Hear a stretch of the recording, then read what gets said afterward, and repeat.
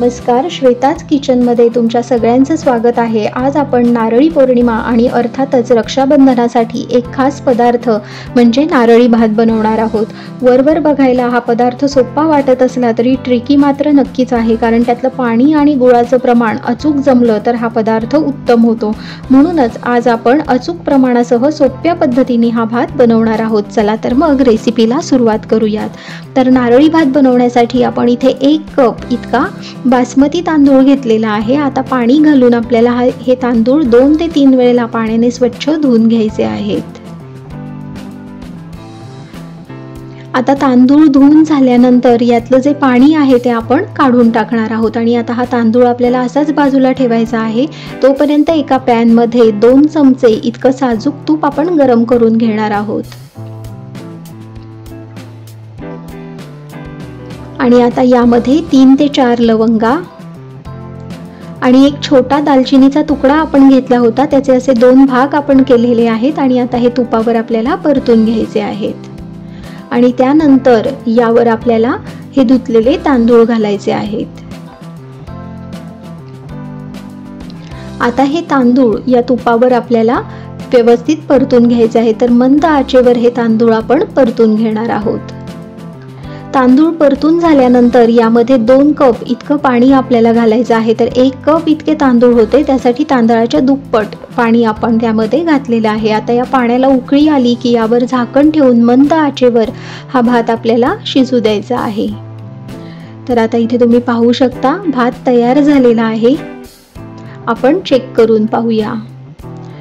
तर पहा, भात शिजलेला आहे। तर आता आपण गॅस बंद करणार आहोत आणि झाकण ठेवून पुन्हा एक 5 ते 7 मिनिटांनंतर हा भात आपण एका डिश मध्ये काढून घेणार आहोत।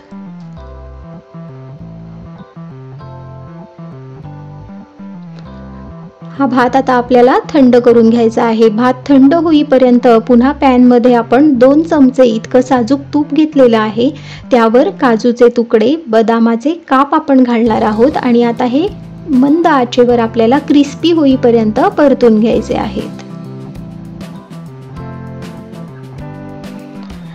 आता यामध्ये 1 कप इतकं ओलं खोबरं आणि 1 कप इतका गूळ आपण घालणार आहोत आणि गूळ आणि खोबरं आपल्याला व्यवस्थित गूळ मेल्ट होईपर्यंत या तुपावर परतून घ्यायचे आहे। तर आता इथे तुम्ही पाहू शकता गूळ मेल्ट झालेला आहे।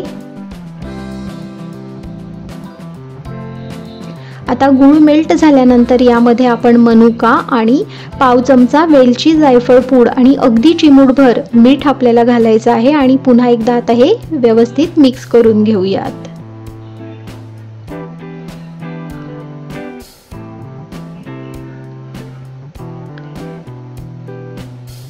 आता हे गूळ आणि खोबऱ्याचं मिश्रण तयार आहे। यामध्ये आपण हा शिजवलेला भात घालूयात।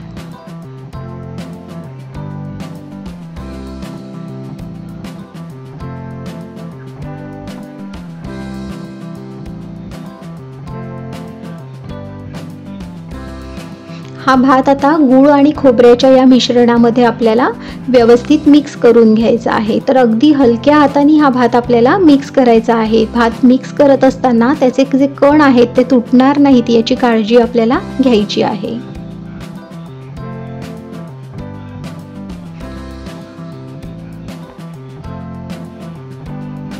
तर आता इथे तुम्ही पाहू शकता भात व्यवस्थित मिक्स करून झालेला आहे। आता यावर झाकण ठेवून 1 मिनिट आपण याला वाफ काढून घेणार आहोत।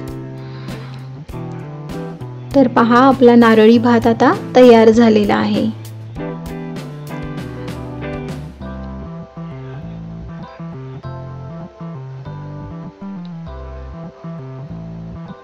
आता आपण गॅस बंद करणार आहोत आणि यावर झाकण ठेवणार आहोत आणि एक 7 मिनिटांनंतर यावरचं झाकण काढून आपण आता हा सर्विंग डिश मध्ये काढून घेणार आहोत। तर तुम्ही पाहू शकता भात अगदी व्यवस्थित तयार झालेला आहे। भाताचे कण पण अगदी मोकळे झालेले आहेत। तर आपला हा नारळी भात तयार आहे। आपण आता हा सर्विंग डिश मध्ये काढून घेऊया। तर गरमागरम आणि अगदी सुटसुटीत असा हा नारळी भात तयार आहे. हा भात थंड झाला की अजून मोकळा होतो आणि टेस्टला पण अतिशय सुंदर लागतो. तर चविष्ट अशी आपली ही अगदी सोप्या पद्धतीने दाखवलेली ही रेसिपी तयार आहे. तर तुम्ही सुद्धा हा नारळी भात या राखी पौर्णिमेला नक्की करून पहा आणि तुमचा अनुभव कमेंट बॉक्समध्ये शेअर करायला विसरू नका. थँक्यू.